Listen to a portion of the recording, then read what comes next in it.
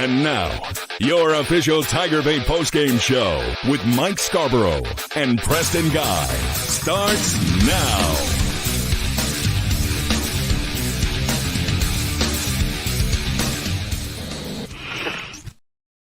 All right, everybody, welcome in. We got a big show tonight. Obviously, LSU took care of business, and I put the word dominate in the title of this one, and I really believe that's as dominant of an effort that you're going to see on the road in the SEC that you can hope for.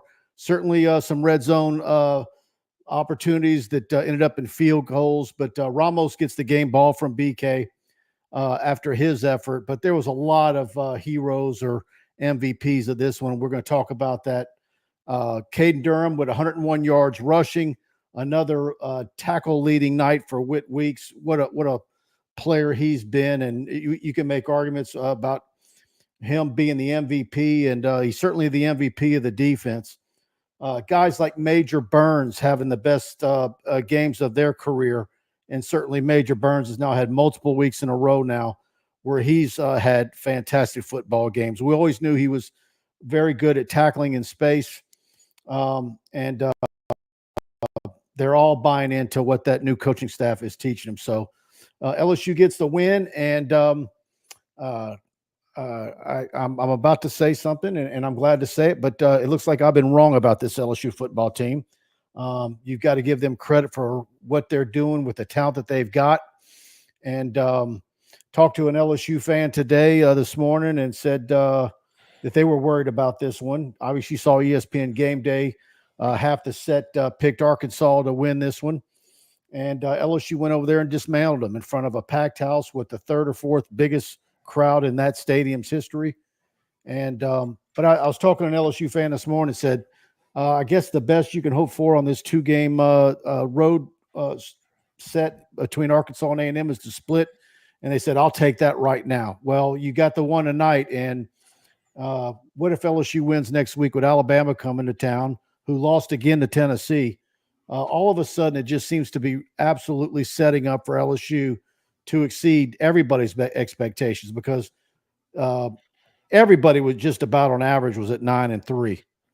This team's only got one loss now, and they're really in the catbird seat. And boy, so we're going to talk about all that on this one. Preston, go ahead and give us your thoughts. Real quick, guys, I'm going to just let y'all know I'm going to be a little shorter spoken than normal tonight, having a little bit choppy internet. I don't want to risk any issues here. We love Cox Communications here at TigerBait, let me tell you. Well, Preston, now we've been fighting Preston's internet for the last 35 minutes, and now he looks like he's on the highest fiber you can get. So, oh, really? Right now it looks great. Well, then let me get to yapping. If you had to guess who is atop the SEC standings right now, Mike, who would you say? It's LSU and Texas A&M. Texas A&M. There are two undefeated teams in SEC play. It is LSU and Texas A&M. And of course, that'll change very quickly next weekend at College Station, where all of the sudden a lot is on the line. LSU has played its way into the driver's seat for not only a playoff bid, but the SEC championship bid. So it'll be very interesting to see how that plays out, because if LSU beats Texas A&M, you get a gimme. You get one free loss this season, and you're still in the playoff picture. And that means of Alabama, Oklahoma, who looks abysmal, Vanderbilt, and someone spot me on the last team there. But, I mean, we're talking about a very manageable schedule to win out if LSU takes care of Texas A&M. By the way, Alabama does not look great either. So, I mean, I'm not saying LSU has great odds of doing it, but running the table is possible. It's plausible, in fact, I would say. Weeks ago, I would have said you were absolutely nutty if you would have said something like that. And now I absolutely say it's possible. And so this team has gotten a confidence level about them, what the defense is doing. And we can talk about being coached up, but certainly what Greg Penn and Whit Weeks are doing at linebacker, Major Burns and Sage Ryan, who have been, the biggest whipping boys for the fan base for multiple years now. And look at the way those two guys have been playing. Now you've got Zy Alexander back. I'm looking. Look, you're still taking some lumps, but that's the nature of the game. And you kept an Arkansas team with their number one guy quarterback playing and went into their place. And look, I don't know if they got extra motivation sitting in the hotel room this morning and seeing ESPN Game Day, half that set again, picking Arkansas to win, or if that was even needed. Bottom line is they went to Arkansas and took care of business, and Razorback fans are sick tonight. So BK's press conference and Sam Pittman's pressers are already up on our YouTube channel, but let's dive in. Mark Cumbie, glad we won, but penalties and clock management are issues that need to be fixed for sure. Weeks is a beast, way better true linebacker than Perkins was. Wish nothing but the best for Perkins. I mean, look, let me pull it up real fast. I ought to know off the top of my head, but I don't. What was the total penalty yardage? Oh, it was horrible. It was I know it was 10 for 75 at one point, but I think it got worse. I'm pulling it up here. Yeah, 11 for 80, but they were 7 for 78, but 11 penalties, and they overcame it. The penalties were disgusting. The penalties were bad, but they overcame it. That's what I was going to say, but let me not get too I want to tell the truth before I get to sunshine pumping. They did clean it up in the second half, and there's something to be said for that. But my God, especially the pre-snap penalties where, I mean, they're not doing anything to make you do them. You know what I mean? And BK said that there's particularly on the ones with Chester, that some of that can actually be on the quarterback. So I don't know if he was trying to deflect or take some of the focus off of DJ, but yeah, he was talking about the double clutching, and a lot of times it's the quarterback maybe taking too long to start the play. But either way, look, you always give an opposing crowd some credit for some of that stuff, but you got to clean that up. It didn't hurt him today. I mean, look, think about it. It's a 34-10 game. In reality, what could the score have been? It could have been a lot more lopsided in LSU's favor. It was 384 yards of total offense. LSU's rushing yards, 158 to their 38. And what did LSU average on rushing? 4.3 yards per carry. Mm-hmm. Which, by the way, that's what you've been looking for out of this running game. You're not looking for them to run for 250. But 158 and a 4.3 average, that's the cure to this offense is running the ball like that. Now, whether you can do that against Alabama and Texas A&M versus Arkansas, we'll see. You like it because you do have a 100-yard rusher tonight. Oh, I love it. Are you kidding me? Look, I've been telling people all year, I think the key to this team going from good to great is that offense has to get a running game, because until you get a running game, your offense is going to be inherently clunky. Trucking with Casper in the house. We hadn't seen him in a while with a super chat. With a Let's Go Tigers. Welcome in, Trucking with Casper. Glad to see you again. Man, I don't know. Casper, have you been with us at all this season? You must be on the road a lot, but we missed you, man. They must be sending them to Canada. Yeah. All right, let's see what we got here. Thanks again, Truck. Dano Davis, longtime viewer, first-time chat participant, great insights. Keep the best-in-class insights coming. Glad we spoiled the homecoming for Arkansas. Go Tigers. Look at this. Fizzbuzz. Twitter has officially dubbed Whit Weeks the Honky Badger. I saw that. And by the way, I graduated college with Adam. Funny guy.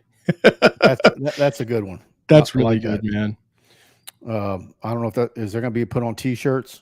I Maybe bet you we that should would be depending on the logo. I bet that'd be a big seller. All right. I don't know. Mark Whit Weeks needs his own one-of-a-kind name, the Wrecking Ball. I'm kind of liking Fizz's. You know what stood out to me about his performance? It's not politically correct, obviously, but I like it. On the stat sheet, there was only one statistical category he did not record a stat on tonight.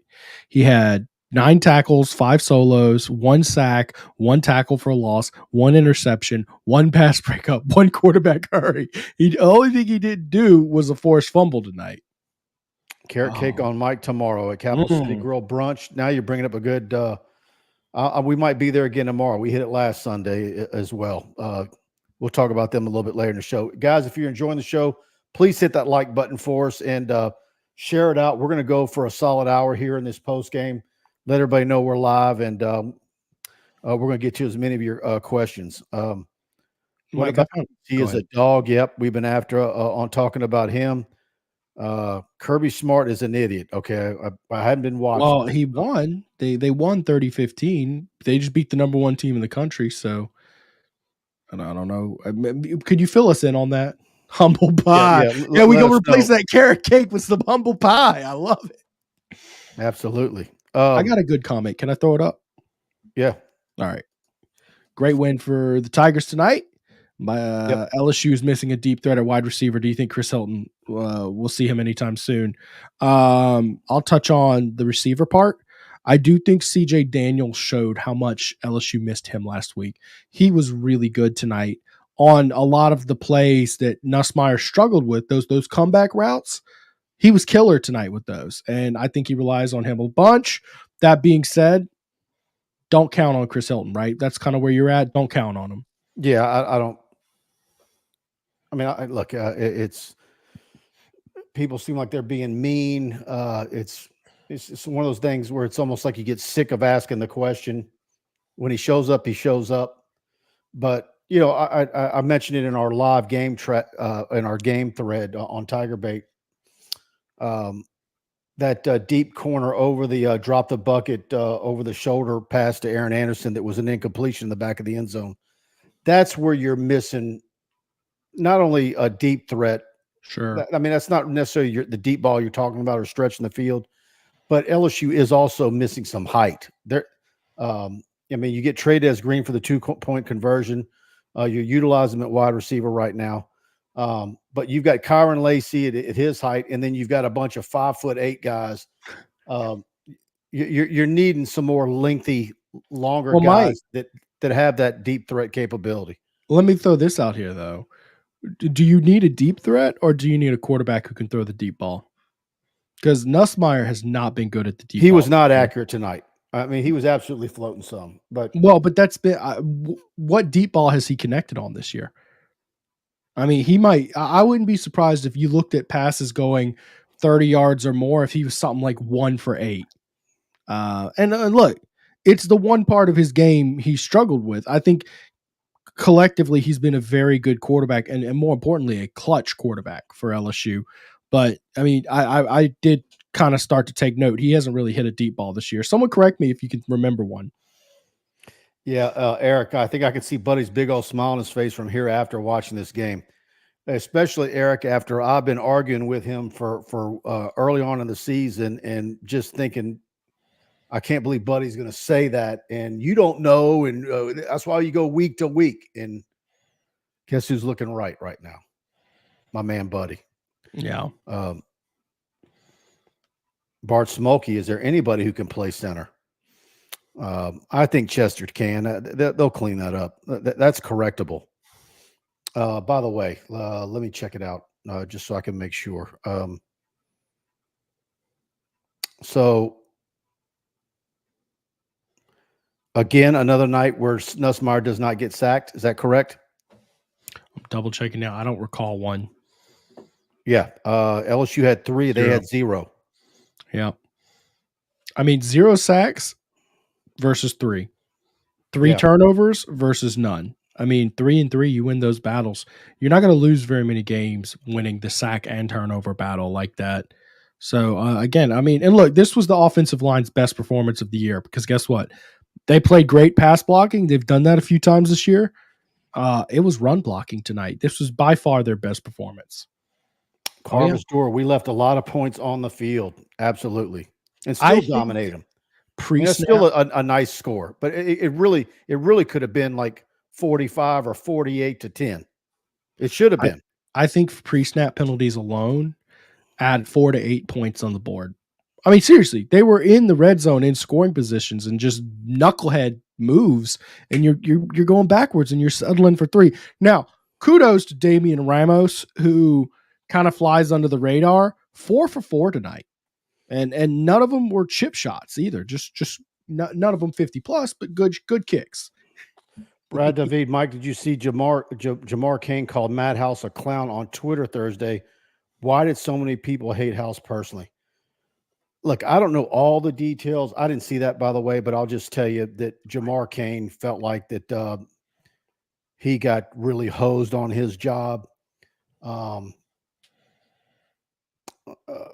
Pete Jenkins was involved in that as well. And obviously, Blake Baker wanted a defensive line coach that was a Pete Jenkins disciple. Matt House brought in Pete Jenkins to work with Kane. And I don't know if there was a personality squabble there, or I don't know that Kane liked that too much. And there's a lot of bad blood there. I can just tell you.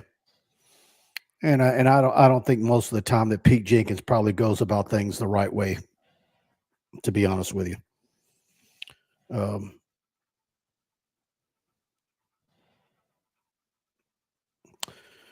Eric DeLine, Mike, what is LSU scoring touchdowns inside of the red zone percentage? It has to be under 50%. It seems so many field goals. You want to send me on a research project? I'll come back to that. I mean, we don't have that. Yeah, I don't have the updated. I'll pull it and we'll circle back and we'll talk about it. Yep. Tiger Mark, overall great SEC win tonight. Defensively, we were slowly getting better. Hats off to BK and staff, not allowing a letdown tonight. Absolutely, Tiger Mark. You were correct on that one. Yeah, Fizzbuzz. Even if Hilton comes back, Nuss hasn't proven he can throw that ball. That's what I was saying. I just don't know where most of the time from where Nuss is letting loose of the ball, where like the Aaron Anderson pass last week to set up the score to take it to overtime. He let that ball go on a hunt, before Anderson was out of the break. You couldn't even see Anderson because the defender was blocking the sun from him. I think a lot of times when he's throwing the ball downfield, it's a similar case, and I think he's opting to overthrow it just to be safe. Is that? I mean, I think that could be a part of the equation, but also see times where he's just not accurate downfield. So, coming into this game, I don't have the stats from tonight in front of me. I can math it up, but this will give you a good viewpoint. They score 85% of the time. 66% are touchdowns. So 2 out of 3 with 5 field goals. So you would definitely like to get touchdowns more often than 66% of the time. I'll tell you that much. Casper says he's been watching the videos, but he's been on way to Oakland, California from Ohio. 20th man.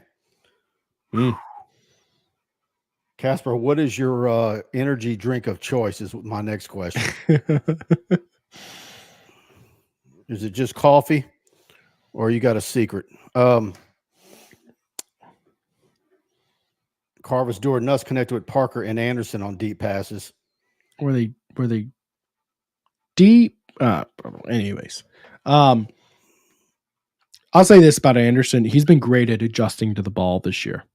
And that's one of the things a lot of these receivers have struggled with is catching the tougher to catch balls, because Nussmeier he'll make you be acrobatic out there. He's going to take that shot. If he can fit it in that window, he'll make you be an athlete. He's thrown some deep posts and corners, but he hasn't thrown any deep flies or go routes. See, that's kind of what I'm hitting at. I would call a post route more of a medium if it's about 25 to 30 yards, right? I would really say to truly call it a deep ball, you got to go 30 plus, but I do understand that's subjective. But that's basically what I had on mind. Thank you for that comment. All right, here we go. Kenny Haines. Kenny Haines is a proud 1989 graduate of LSU Law School with a passion for justice. Kenny stands out as the only lawyer in the state, board certified in both appellate practice and family law. Drawing from 34 years of trial experience, Kenny has navigated the most complex aspects of real people's lives. If you need help in Northwest Louisiana with a family issue, legal issue, or a highly skilled trial attorney, call Kenny 318-222-2100.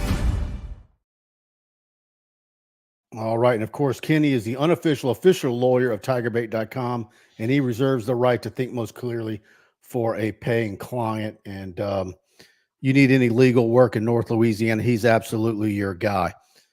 And what are we talking about? Of course, Stroubes. You're looking for a great fine dining experience. You need to head down to 107 3rd Street, downtown Baton Rouge. Of course, we're brought to you all this football season by Stroubes Seafood and Steaks. 107 3rd Street, and they provide themselves on providing a 5-star dining experience at a reasonable price, locally owned, ownership right there in the building. They offer a full menu of specialty meats, including USDA prime black Angus, 100% certified Wagyu New York strip, and beyond the steaks, they've got the dry aged pork chop, black truffle, lobster pasta, redfish, and much more. Book your reservation online tonight at Stroubes.com. Just go over to Stroubes.com and look at the menu. But whatever you do, tell them TigerBait sent you in. Great bar area. And, of course, we're at mid-October. And if you're thinking about where to have your business Christmas party, give them a call. Like I said, they can handle any group, and book your company Christmas party over at Stroubes. All right, let's get some more comments in. Guys, again, hit that like button if you're enjoying the show. Oh, and by the way, I should have opened the show with it, and forgive me. But just want to give our condolences and of course, Charles Baglio in an accident last night, and got out the vehicle and to see what was happening, got hit by a vehicle. And one of the nicest men you've ever met, and I'm sure a lot of you in this chat have met him, former Independence High School coach, high school liaison, hired by Nick Saban, kept on board. Retired right after the Orgeron era. And heck, I think several batches of my TigerBait t-shirts that a lot of people are still wearing, I got from Coach Baglio back in the day. And just always happy. Everybody knew Coach Bags, and we're going to miss him, but rest in peace to a big Tiger fan, and obviously a big part of the LSU football program for decades. Okay.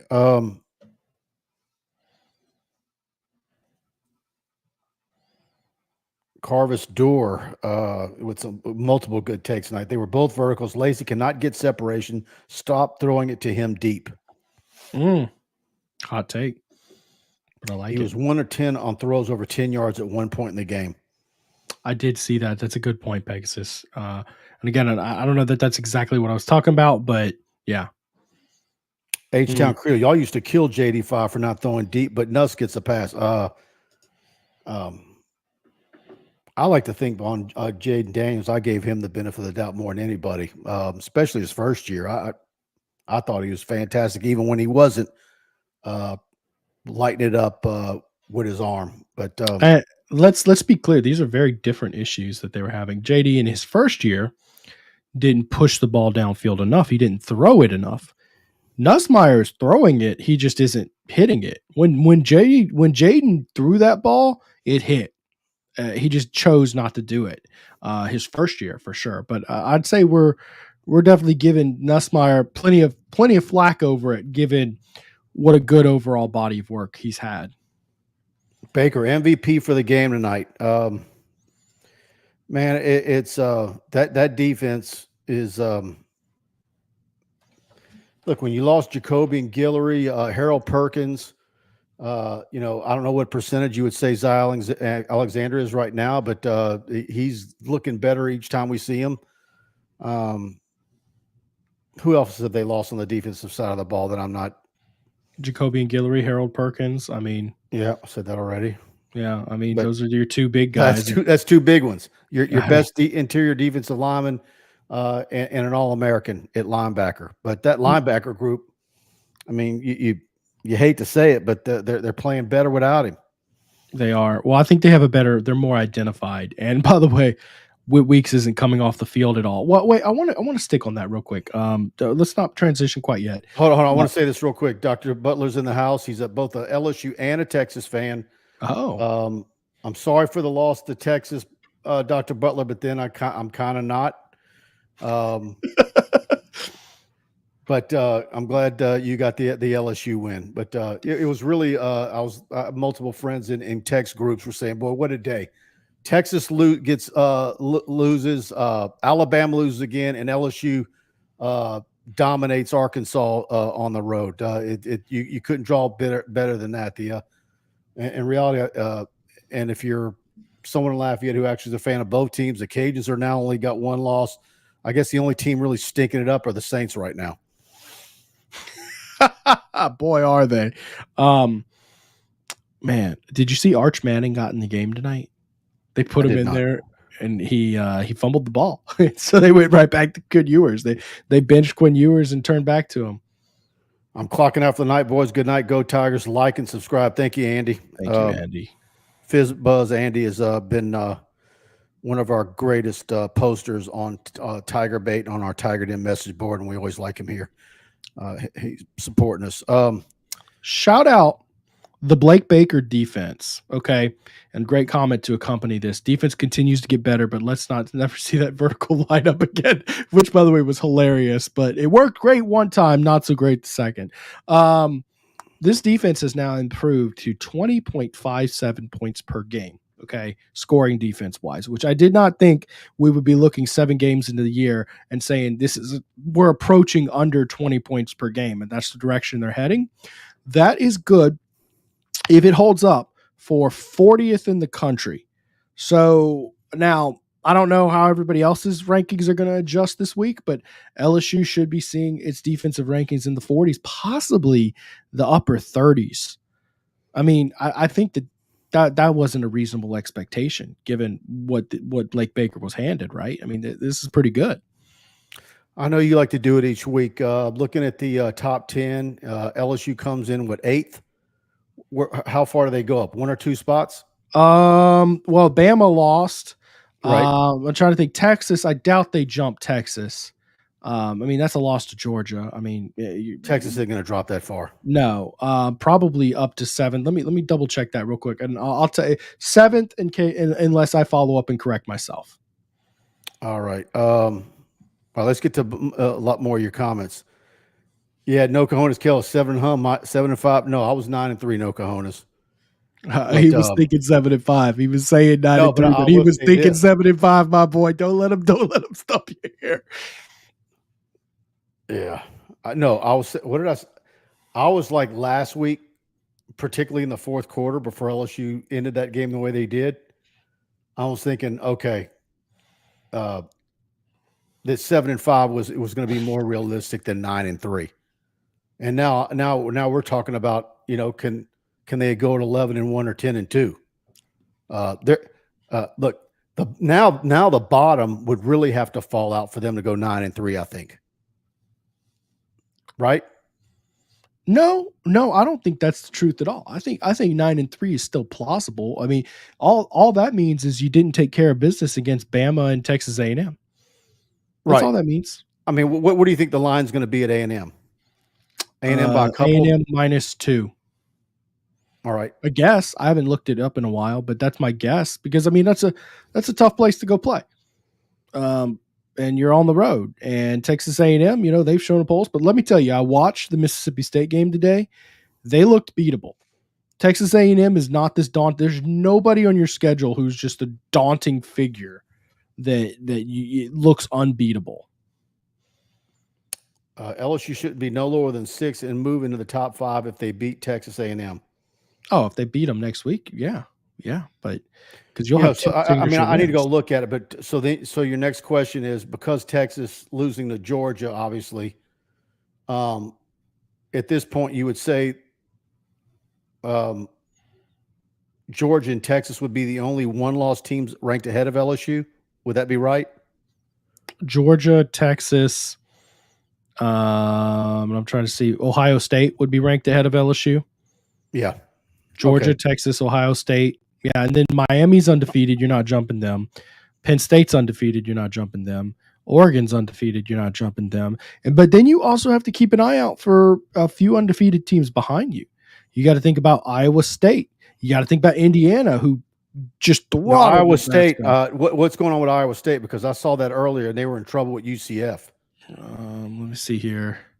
All right, Chuck Casper with a super chat. Off topic. What are your expectations for our upcoming class? This is a fantastic recruiting class, and I love the way it looks like right now. We'll see how they fill it out a little bit more. What does that look like high school signees wise, additionally to what's already committed? I don't know if that number is going to get swelled to be significantly more than it is. But it's my understanding that Austin Thomas has a nice sizable budget for transfer portal. And I can tell you they're going to be going after a couple of big-time wide receivers, whoever they might be, that get in the portal. That's absolutely a need position for next year, as well as some other things. But I think overall between the high school and then we'll see what they do in the portal, it's really going to set the program up well, because 26 is going to be another fantastic class, I predict. Can I ask Iowa a follow-up State won. on this? There you go. Yeah, I did 38, 35. I just pulled that up. Okay. If LSU lands Jakeem Stewart, Mike, you either were just starting doing this or had been doing this for a while for that 01 class. On signing day, let's take this class as it stands. You lose nobody, and then you add Thanos, Jakeem Stewart, to the class. How do those two classes compare? I don't think there's a better person to ask.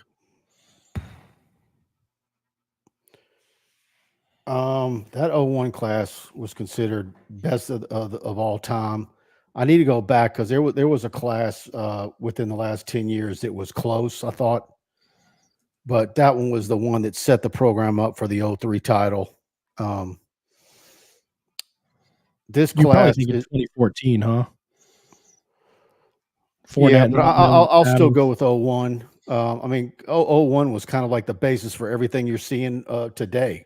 Just Michael Clayton, what it did overall. Whitworth, the long-term effects of it beyond just the signees. But Marcus Spears. This class could be there, but it's it's one of these deals where it's like, we're talking about earlier the year where this team coming off the loss to USC, and you're like, okay, what are they going to do? 8-4, 9-3. Where are they going to end up? They're going to go to a mediocre bowl or whatever.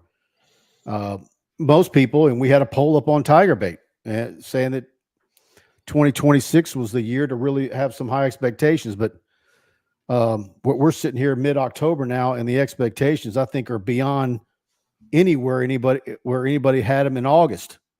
Am I wrong? No, because I think they're increased, but beyond. People are saying 10-2, and I think that no, Preston, the 80% of the fan base was 9-3. I disagree. I think most of the media. I remember nobody was 10-2. I remember making an active note saying it felt like it was 2-1, with the 2 being 10-2 and the 1 being 9-3. I felt like most media were saying 10-2. I recall it. Preston, nobody in the media was 10-2. I remember that. We'll go back and pull. We'll pull some receipts. All right. John Sibley Butt with a super chat. Despite Bama's problems, do they have enough juice to be a problem in Tiger Stadium? Are the Aggies as talented as the Tigers? Pure talent. Look, man, Connor Wegman is a fantastic quarterback, and that crowd's going to be amped up. By the way, when do we find out? Tomorrow, before noon, it's game early day in the morning, or time? You talking about time? Yeah, time. Should be either tomorrow, right, or Monday. I'm curious to see where College Game Day goes, because if you're picking the best game on the schedule next week, that's bar none. You're talking about the 2 undefeated SEC teams, but then you've got Notre Dame and Navy in the season that Navy's having. Then you have to consider TV considerations. That's going to be an NBC game versus this is on ABC. It'll be it's interesting. That's all I'm telling you.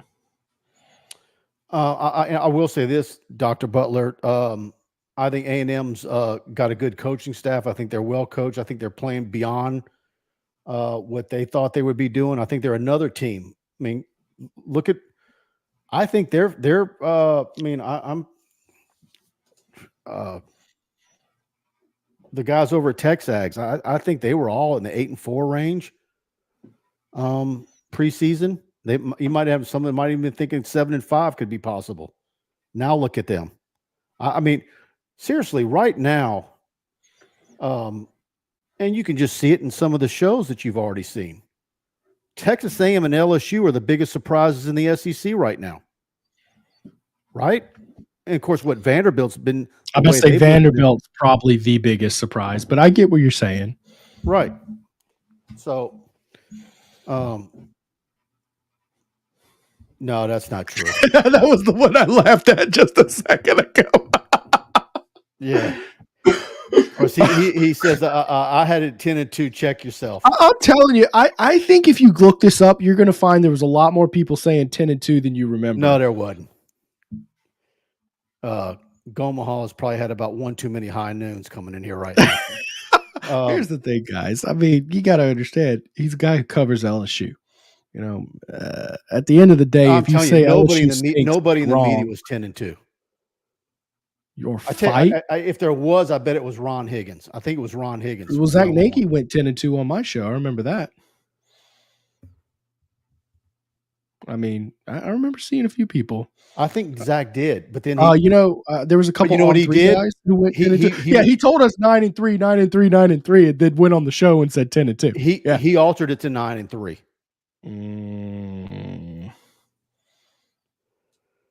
Yep. I think it's the other way around. I think you got it mixed up in your head. Yep. All right. Look at that. Vandy beat Ball State 24-14.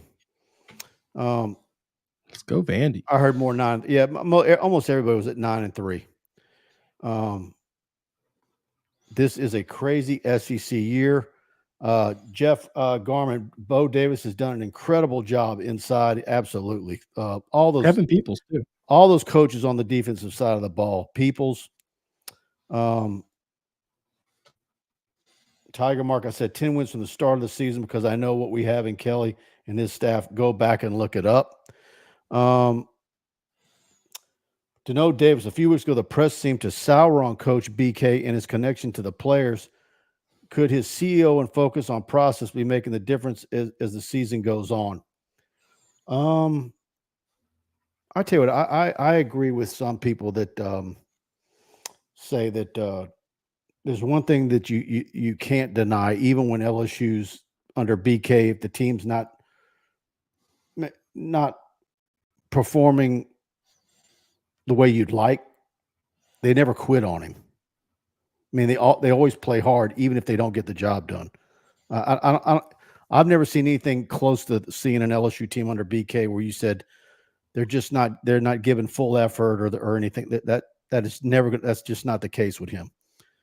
I have a theory that Brian Kelly is particularly good at reacting to what he's seeing on film and making adjustments accordingly. Where he struggles is looking at practice film and anticipating these issues going into the game and or season. And that's why you see 0-3 in the season. And that's why you've seen, albeit they bucked that trend tonight, but how many times have they gone down 10-0, 17-0, something like that, and then bounce back to win the game? I just, that is what my gut tells me, is he's good at reacting and making adjustments. Cause I mean, he's, coached football for 30 years, knows scheme. Jeremy Franks, Bama's living the Les Miles era. I had a little fun earlier when I had a little break and I went and glanced over at Bama Online's message board, the round table. And one of the headlines right near the top was that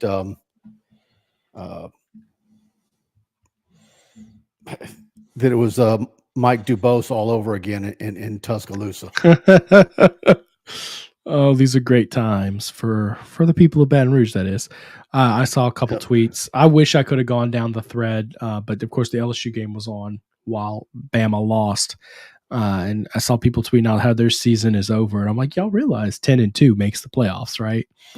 Like the meltdown is going to be hysterical. And I can't wait for loss number 3, whether that's at LSU's hands or not, just to see how long. When was the last time this team lost 3 games in the regular season? Would that have been 2007? I think it would have been 2007.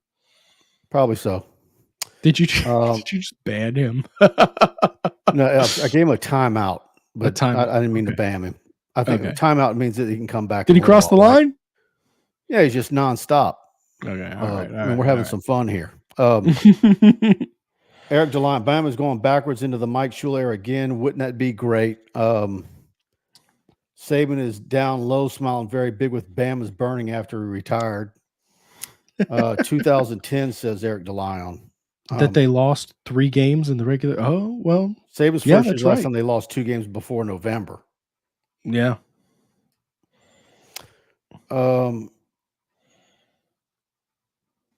Allen, are we 2 years away from it? No, I mean, Carmen, I don't know that you expect LSU to go 10-2 or 11-1, but this season. But what if they give it to you? They could run the table. That's doable. 2026 is that 2026 is probably the year that you expect it. But what if this team delivers it to you? Let me ask this, Mike. What do you think is more likely at this point? LSU running the table or LSU losing 3 more games? Meaning you lose to Florida, Vanderbilt. I think if they lost 3 more games, you're now losing some games that you're really not supposed to. Because they're going to be favored they're going to be favored in every game except maybe at A&M, and I don't know what that line's going to be tomorrow. They're saying -3.5 A&M. But that means to lose 3, you would have to lose to Florida, who Napier is, coaching for his life right now. That should not happen. Vanderbilt at home, or Oklahoma, who looks, they look abhorrent. South Carolina beat the doors off them right. today. You should not lose one of those 3, any of those 3. So my question is, do you think it's more likely that they lose one of those games or that they take care of business? 3 weeks ago, I thought LSU was losing to Ole Miss and would split these 2 road games, and then Alabama would be another possibility. Now, Alabama, what we've seen in the last several weeks, how many more wins do they have? Everybody's looking to feast on them and exact some revenge. Yeah. So now the schedule starts to set up for LSU. I think if you could somehow pull one at A&M, and when was the last time LSU won in College Station? 2016. Okay, but let's just say, for hypothetical sake, they go to A&M and do it. Then you get a week off. You get a mulligan is what you get. You get 1 mulligan. You can lose to Alabama, and it's not a big deal. No, I'm talking about you get another open date before Alabama. Oh yeah, open date after A&M, and then you get to play Alabama. Right. But more importantly, you get a mulligan. That's what I'm telling you. You can lose to Alabama and just take care of business against 3 teams you're going to be heavy favorites against. Look, my point is, I actually believe it's more likely they run the table than lose 3 games at this point. 11-1 is more probable than 8-4, and that is one hell of a statement if you ask me.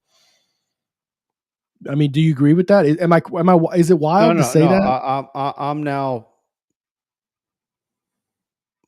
I'm readjusting in a 180. All right. Capital City Grill, everybody. Head over there tomorrow for their brunch. They've got the best brunch in Baton Rouge. You got to go check them out. One thing we try to do with all of our TigerBait sponsorship is partner with locally owned business we've experienced firsthand. And obviously, Preston and I have been there a bunch, and the food is fantastic. Head over to Capital City Grill, 100 Lafayette Street. From 11 to 2 is brunch. They serve lunch until 3, and variety of sandwiches, burgers, seafood, pasta, steaks, almost everything under $30 or below for a very affordable meal. And of course, LSU's on the road this weekend, but when they're in town, particularly those you out of town that book hotel rooms, always go to Capital City Grill and have brunch before you head out of town. CapitalCityGrill.net. Check out their menu and I'm probably going to head over there again tomorrow. I'm going to load up for Wednesday night show. I had the chicken and waffles last Sunday. There was another place in town that I thought had the best chicken and waffles, and I'm telling you, Capital City Grill blew them out. If you don't like a whole lot of syrup, tell them to put the syrup on the side because they put it up. It comes out loaded. If you like to pour it yourself and do that, but best chicken and waffles. Trust me. All right. Mike is crawfishing. Yeah, no, I'm not crawfishing. I've spelled it all out for you. This team is doing absolutely what I did not think they would do. I'm saying it straight out. Tiger Mark, great win tonight. We will only continue to get better. We just need to stay the course, keep focused, and not get ahead of ourselves. We hold our own destiny. Go Tigers. And that's the whole point. Who said that? Who thought after week one and the way LSU looked in several games afterwards that you'd be saying that at this point right now? And a lot of it has to go with the around the SEC. I mean, did you think it was going to look like this right now? I mean, there's a whole lot of shocking things that have happened in the SEC. Yeah, it's very 07 vibes this year. And it's like, who is truly? Please don't reassess, Mike. We do better when you hate on LSU. So 7-5 it is, huh? Yeah. Mike, are you just happy they felt bowl eligible tonight? Yeah. But some of those bowl reps that we've been seeing in the press box in Tiger Stadium, they need to be looking elsewhere because I think LSU's priced themselves out of some of the ones we've seen. They thought they were in good shape a couple of weeks ago, and now it's totally different. Let me tell you this. I feel like this bowl season, I think people are in for a shock. I'm talking about TV stations and the viewership that they're going to get. I think because of this expanded playoff with so much excitement, and by the way, 11 football games, quality football games that are going to be played, I think interest in bowl games is going to fall off a flipping cliff. And not just the people watching. How about the people playing and the people coaching? I think this is going to be the worst bowl season we've seen in a long time. Captain Kenneth, I feel like Preston's getting a little ahead of himself. Texas A&M is a good team. Absolutely. That's why I asked. I mean, LSU hadn't won at A&M since 2016, and there was some very beatable A&M teams in there. The home team always wins this series. Let me put it like this. Would you say it's 50-50-ish LSU wins both those games? It's a fair statement, right? I'm asking you, Captain Kenneth. Is it 50-50 shot for both those games? I mean, between A&M and Bama? Yeah, 50-50. I think a lot of people will be rightfully upset if they lose both of them. Right, yeah. I think 50-50-ish. I say My that only now. point is that I think it's less likely that you go over in those games and lose another one. I think it's less likely that happens than you sweep the schedule. I'm not saying they are going 11-1. I'm not saying that in the least bit, but I'm just telling you it's an interesting perspective to put on it because I think both those games are 50-50-ish chances, plus or minus 5% error in there. You get what I'm saying. And I think that LSU has pretty good chances in the final 3 games of the year, talking Florida, Vanderbilt, and Oklahoma. In fact, I might be most scared of Vanderbilt of those final 3 at this point. That's all I'm saying. You might be right. Just got to take care of business, man. But look, if they go and win at A&M, I mean, are we going to argue? I mean, what's the tougher game now? At A&M or Alabama at home?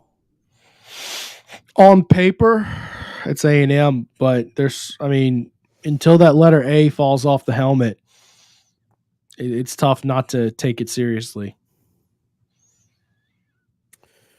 Yep. All right, let's get some more comments. If y'all are enjoying the show, please hit that like button. We got a little ways to go. Omaha says Tiger Stadium is going to host its latest home game in its history on its 100-year birthday. All right. Captain Kenneth, you can say that. It's just that both teams can catch you early, and our offense can be a little stagnant to start games. Man, I No like doubt. what they did today, and I say it again.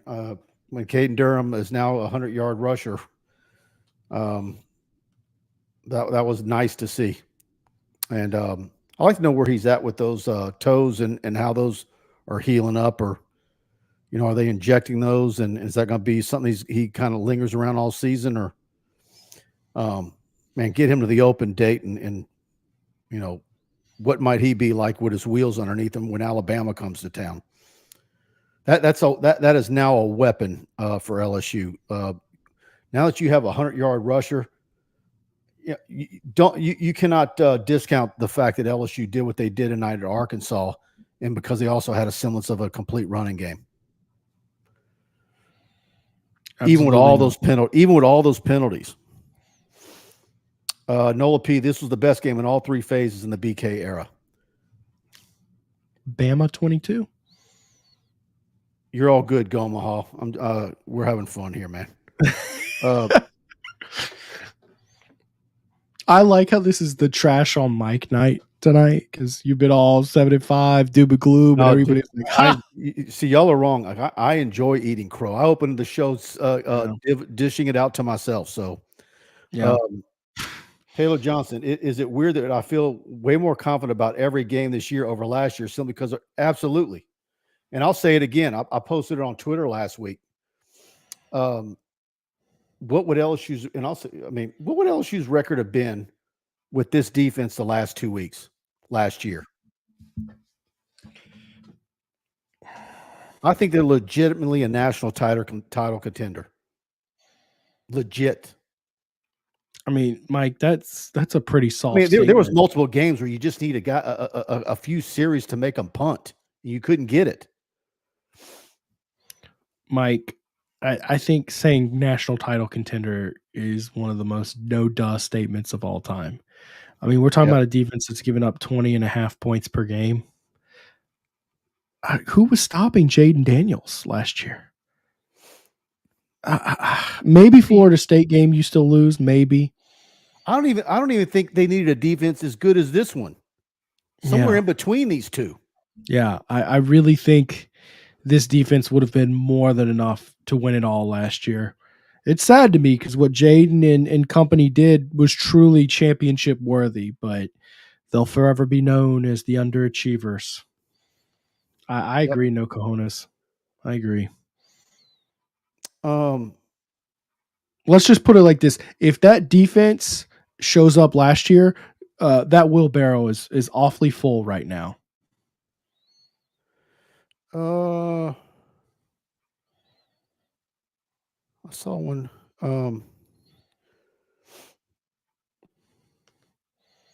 Omaha. The thing about this game was everywhere you turned, it was a 3-point game. The last 4 years, the tide turns, man.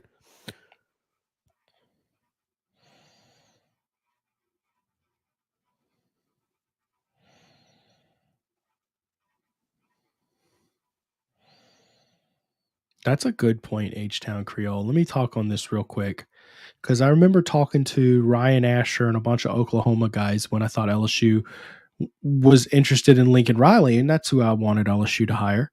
And is this even plausible? I mean, it's a program like Oklahoma, right? Well, here's the deal. Oklahoma has a real culture about them that they're not going to overpay for a football program. They've always maintained and had so much success, and they don't waste a ton of money on the athletics. They do what they can, and I personally think that they've just landed on good hires and gotten real spoiled. Well, I don't know how that culture really works in this modern era where, yeah, you need to pay players. I mean, look, Texas is giving players Lambos, and look what's happening to them. I mean, I just don't think that works out. Wow, what a comment. Thank you, Anthony Dana. Dana, I appreciate that. Thank you. You guys have the best post-game show. Appreciate it, Anthony. Please subscribe and hit that like button if you hadn't already, and spread the word. Share the show on your Facebook feed, your X. We appreciate that you guys to helping us grow. We're about to hit 33,000 subscribers, and it's amazing how big our YouTube channel has gotten, and it's thanks to all you guys. Oh wait, like 2 years ago, 3 years ago. Previously, last year, you only needed to average 2 stops a half. I know. That's my point, Pierce. Mike, that's my point. Even if you have this bend and break defense that LSU tends to have, where it gives up giant clusters of yards and then gets a few stops. Thing is, you couldn't stop a cold last year. You couldn't. You were paper mache.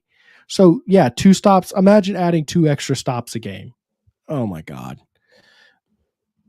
What about Whitweek's performance? Led LSU again in tackles. And just real quick, I want to go through it. Let me get to it.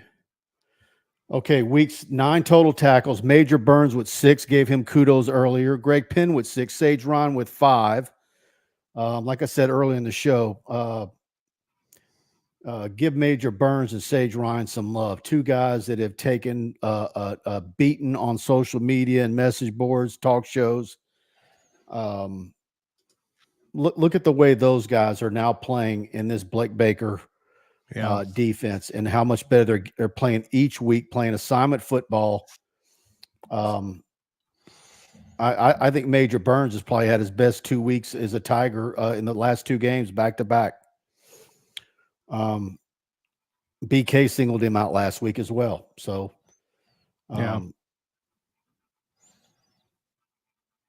And look, shout out to Major those Burns. guys. Also, Major Burns had a fumble recovery. He did. That was pivotal. That really kind of set the stage for the whole thing. I just want to give a shout out to the players who have gotten trashed on as many years as these guys have on the internet publicly. And I don't think we're naive enough to believe that they've never read any of it, but it's just kind of part of it. And they just keep on showing up to work and doing their thing, man. I mean, look, you and I, we even experience it from time to time where someone trashes on us publicly. And it can ruin a meal. What's bad is I tweeted out something earlier, and I was giving Major Burns some kudos, and I wanted to add him, and I couldn't find his Twitter account. So he deleted it. I mean, maybe I just couldn't find it. I hope it wasn't that he shut it down because of how negative things have gotten, but hopefully I just couldn't find it. But my point is, I always running a Major, and he's always happy to see me and gives me a hug, and that kid deserves some attaboys from the LSU fans. I can tell you that. I'll tell you this: as tough a skin as you have to have just talking about football, and how often we get little comments and stuff, and we have to shrug it off. I cannot imagine how tough a skin you have to have as one of those guys who just for years gets harassed online just nonstop. Oh man, so just let's take a minute to appreciate them shrugging all that off and really playing some pretty serviceable football out there. Yeah, Nola P, the star position was made for Major. Tiger Mark, man, just how dangerous do y'all think we could be if maybe Sampson or someone could emerge? Absolutely. That's what they're missing. Like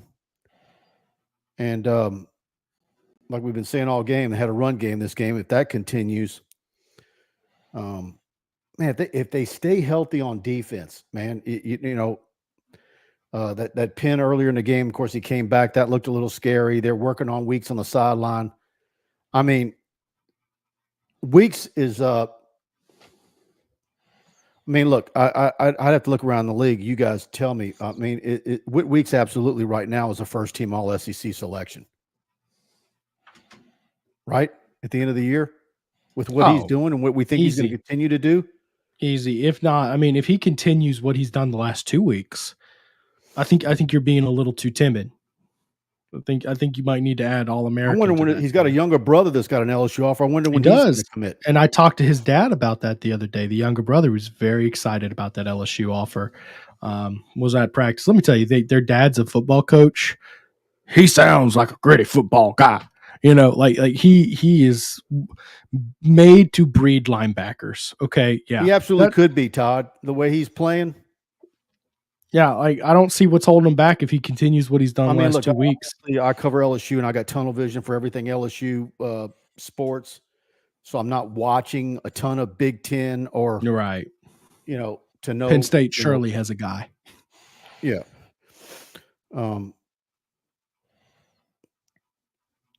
There we go. Were you doing that last week too? I think this is the same person who did that last week. Yeah. Mike, why did Landon Jackson? I think he got caught in the transition. Yeah, that was an Ogeron thing, right? Yeah. I was wondering if BK maybe was going to elaborate on it last week. I don't even know if BK even got a chance to plead his case with Landon. Right. I think I don't know that they even had a conversation. He was already in the portal and on his way out. Absolutely. All right, everybody. Anything you want to add on the way out, Preston? Look, guys, we'll be back with me and Zach. Will be here Monday night, so I appreciate it if y'all would hit the subscribe button so y'all can join us. We always have a good time with him. I always enjoy to take a little bit deeper dive into the stats on Monday evening. Next post-game show, I will be broadcasting live from Orlando, Florida, taking the little boy to Disney World for his week. But that's not going to stop me from watching and covering the game. All right, everybody. Preston and Zach Monday night. Buddy and I will be Wednesday night, and we'll have BK's Texas A&M presser Monday. BK and Sam Pittman's post-game videos are already up on the channel. Check that out. And Preston's Gamers up, and Brian Lazar's instant analysis piece is going to be up shortly. We've got all that for you on TigerBait.com. And we were at Destrehan last night. I've got a lot of great video of multiple of LSU's targets, commitments, and otherwise at Destrehan. And we're hitting the high schools again hard next week. Got a lot of recruiting on TigerBait.com. Go subscribe for $1. Check us out. And got a story on Bryson Martinez, the offensive lineman from East Ascension, that is going to be coming your way as well. So got a lot of stuff on TigerBait.com for you to check out recruiting wise. And man, by the way, the first exhibition LSU women's basketball game is Thursday night. I can't believe that's already here. So I'll be at that one. And it's going to be a very, very busy week at TigerBait. All right, everybody, y'all enjoy your great rest of the weekend. If you show up at Capital City Grill and see me there tomorrow, come by and say hello. And good night, everybody.